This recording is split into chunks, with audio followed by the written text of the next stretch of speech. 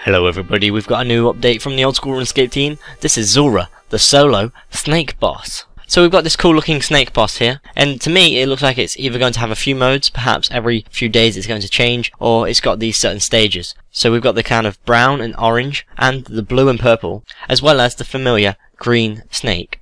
This boss takes challenge to the next level in Old School. If you dare take on the snake, be prepared for battle to remember. The highly anticipated solo boss is here. South of Isafdar, deep in the midst of the dank, toxic swamp, Zulrah awaits. So, first of all, getting there. If you are brave or foolish enough to take on the challenge of killing the beast, head south of Port Taurus until you arrive at Zul-Andra. You can also access Zul-Andra through a fairy ring found on a nearby island. However, you will need 76 agility in order to maneuver your way onto the mainland.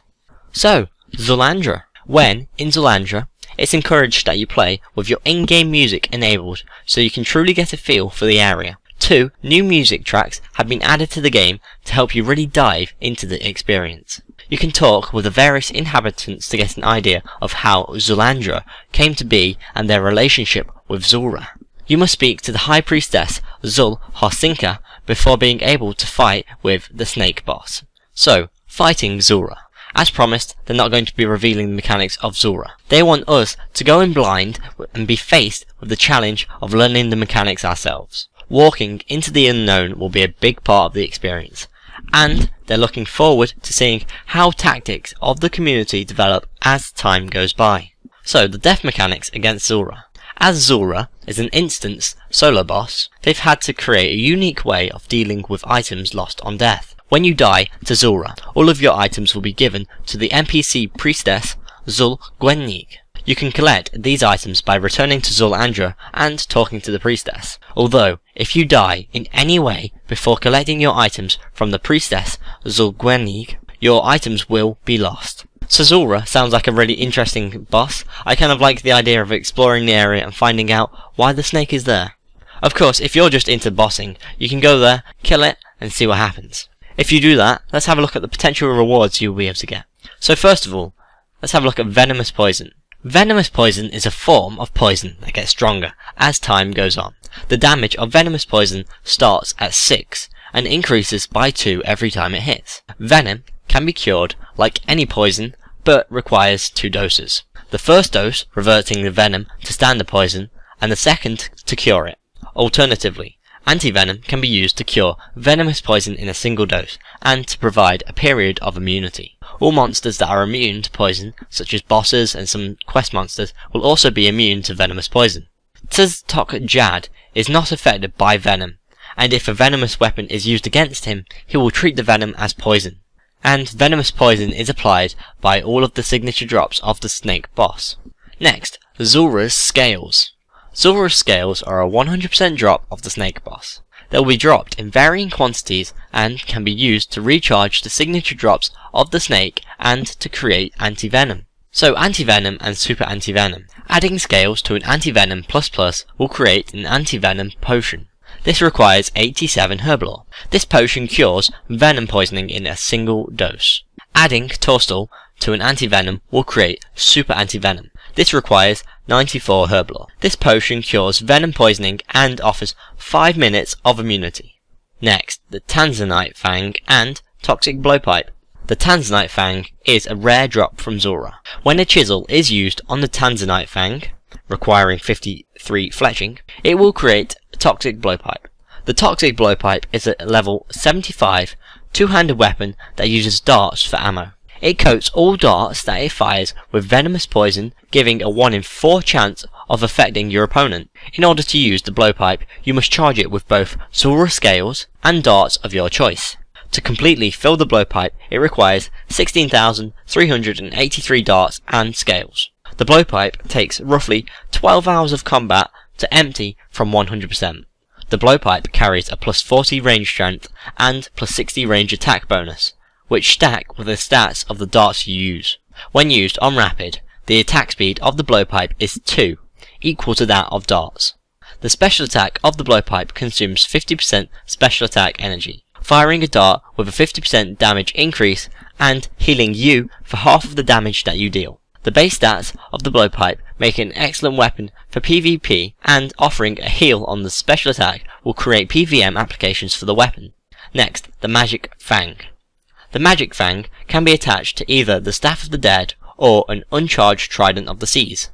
Attaching the magic fang to the Staff of the Dead requires 59 crafting and a chisel, and it creates a toxic Staff of the Dead. The fang can be removed at any time. In order to use the toxic Staff of the Dead, you must charge it with Zulrah scales. To completely fill the staff, it requires 11,000 scales and will last roughly 15 hours of combat. The toxic staff increases the magic attack of the standard staff to +25 and gives it a 1 in 4 chance of inflicting your opponent with venomous poison when using an offensive spell. Attaching the magic fang to an uncharged Trident of the Seas creates an uncharged Trident of the Swamp. This also requires 59 crafting and a chisel. This increases the magic attack of the staff to +25, increases the base spell damage by 3, and has a 1 in 4 chance of inflicting your opponent with venomous poison. To fully charge the Trident of the Swamp, you will need 2,500 Chaos Runes, 2,500 Death Runes, 12,500 Fire Runes, and 2,500 Zulrah Scales. Next, the Serpentine Visage and Serpentine Helm. The Serpentine Visage is a rare drop from Zulrah. When a chisel is used on the Serpentine Visage, requiring 52 crafting, it will create a Serpentine Helm. In order to use the Serpentine Helm, you must charge it with Zulrah Scales. To completely fill the helm, it requires 11,000 scales and will last roughly 15 hours of combat. This helmet requires 75 defense and provides the following stats and effects: a -10 magic attack, a -10 range attack, a +52 stab defense, a +55 slash defense, a +58 crush defense, a +50 range defense, and a +5 strength bonus.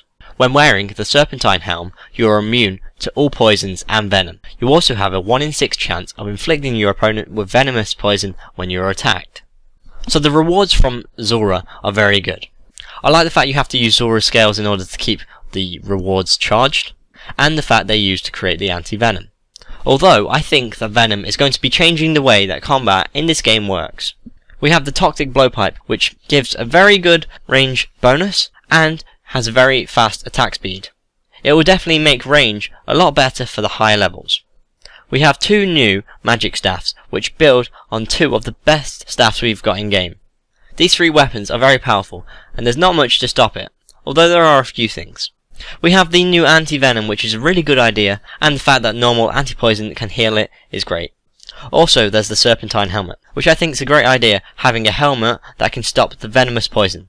Although I think the helmet is a little bit overpowered because it has a chance of inflicting venom to your opponent, even though it's a defensive item. Although, that being said, I don't think this is going to be a particularly negative change to the combat in the game. So, in other news, a trading post has been added to the Blast Furnace Bank. The Amulet of the Damned no longer levitates when dropped.